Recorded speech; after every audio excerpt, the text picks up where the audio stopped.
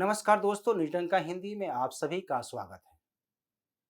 राहुल गांधी की मानहानि मामले में सूरत की कोर्ट द्वारा 2 साल की सजा सुनाए जाने के बाद सियासी हलकों में गहमागहमी है। इसके बाद लोकसभा सचिवालय द्वारा भी उनकी सदस्यता रद्द कर दी गई है। दरअसल यह सब राहुल गांधी के उस बयान के कारण हुआ है जिसमें उन्होंने कहा था कि सभी मोदी सरनेम वाले चोर क्यों होते हैं। नीरव मोदी, ललित मोदी और नरेंद्र मोदी। ऐसे बयान भारत की गिरती राजनीति के ग्राफ को दर्शाता है। हालांकि यह पहला मामला नहीं है। भारत के गिरते राजनीतिक स्तर को दिखाता है कि कैसे लोग राजनीति के नाम पर गंदी बातों का इस्तेमाल करते हैं और एक दूसरे पर कीचड़ उछालते हैं। अब राहुल गांधी के बाद ताजा मामला महाराष्ट्र में सामने आया है। यहाँ सुंदेगुट के सांसद राहुल रमेश शिवाले ने दिल्ली हाई कोर्ट में उद्धव ठाकरे, आदित्य ठाकरे और संजय राउत पर मानहानि का मुकदमा दायर किया है। इस मुकदमे के बाद कहा जा रहा है कि अब आदित्य ठाकरे, उद्धव ठाकरे और संजय राउत के भी दिन लद गए हैं। उनका भी हाल राहुल गांधी जैसा ही होने वाला है। बहरहाल हम यह जान लेते हैं कि मामला क्या है। दरअसल दिल्ली हाई कोर्ट में एक याचिका दायर की गई है जिसमें कहा गया है कि संजय राउत ने आरोप लगाया है कि शिंदे गुट को धनुष बाण मिलने के पीछे 2000 करोड़ रुपए की डील है। इस मामले में कोर्ट ने आदित्य ठाकरे, संजय राउत, उद्धव ठाकरे सहित गूगल और ट्विटर को भी तलब किया है। सभी आरोपियों को 30 दिन में जवाब देने को कहा गया है।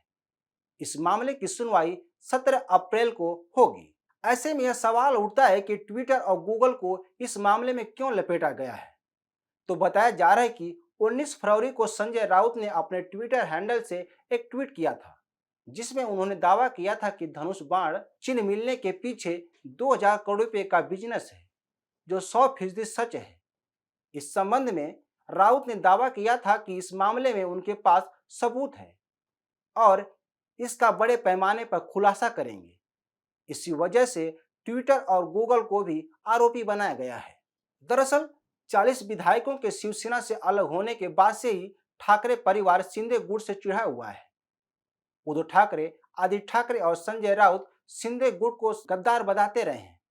ऐसी कोई भी रैली या सभा न हो जहां आदित्य ठाकरे शिंदे गुट को गद्दार कहा हो।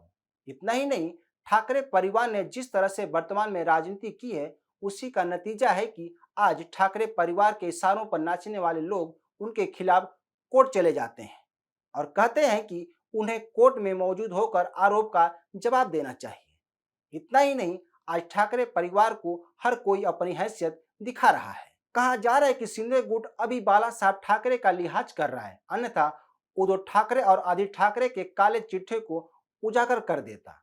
लेकिन शिंदे गुट अभी ठाकरे परिवार के द्वारा किए जा रहे अपमान को सह रहा है।